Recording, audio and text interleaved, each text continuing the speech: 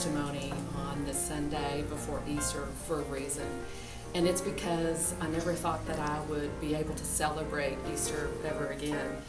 My husband died the night before Easter 4 Easters ago.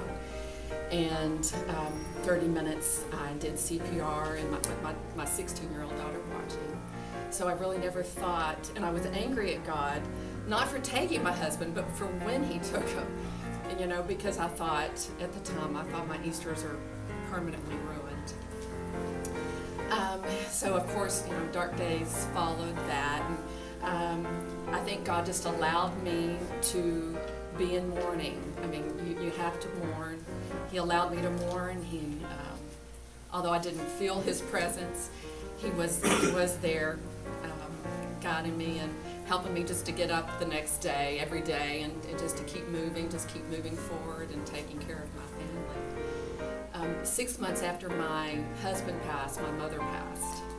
And I thought, okay, I'll just, keep going and just keep doing what I need to do. And but then about 3 months after that, then my sister, it's actually my sister-in-law, but she's more like a sister.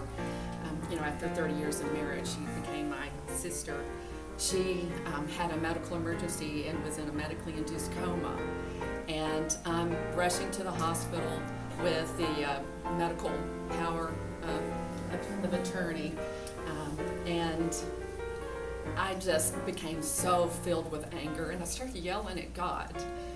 And just yelling, telling Him He better not take her, that I couldn't handle it, that would just be all it would take to just put me over the edge. But God was good. He heard me, and He allowed her to live, and she's still alive today. So I'm so very grateful for that. I have to say, though, for even Satan used that anger that I had exhibited, and I've had this guilt that, oh my gosh, I'm yelling at God. How dare, who do I think I am to yell at God?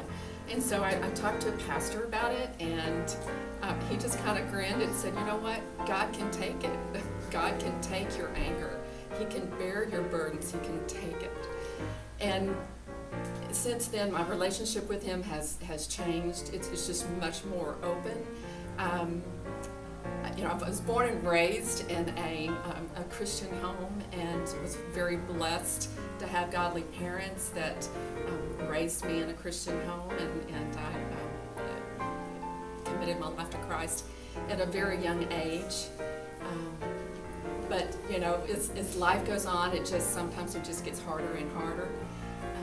But the fact that I can now celebrate Easter with the same joy, and even more so than I did before, because to me Easter is the most important holiday of our Christian, it's the basis of our Christian faith. And I've even had people telling me that me yelling at God was an example of my faith, and that what I thought was guilt and just for yelling at Him, it ended up being okay.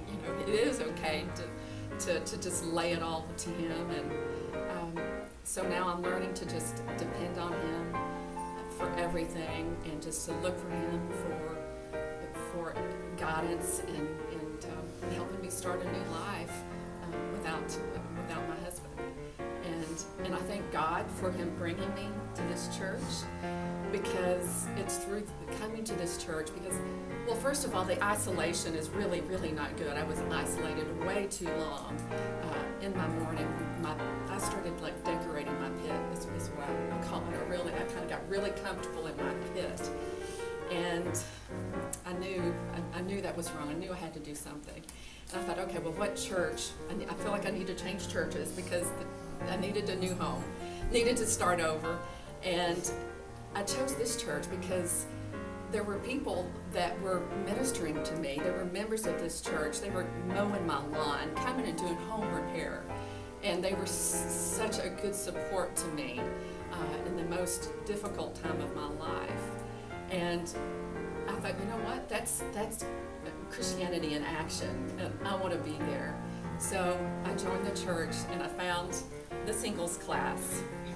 And then I met another widow whose strength witnessed to me.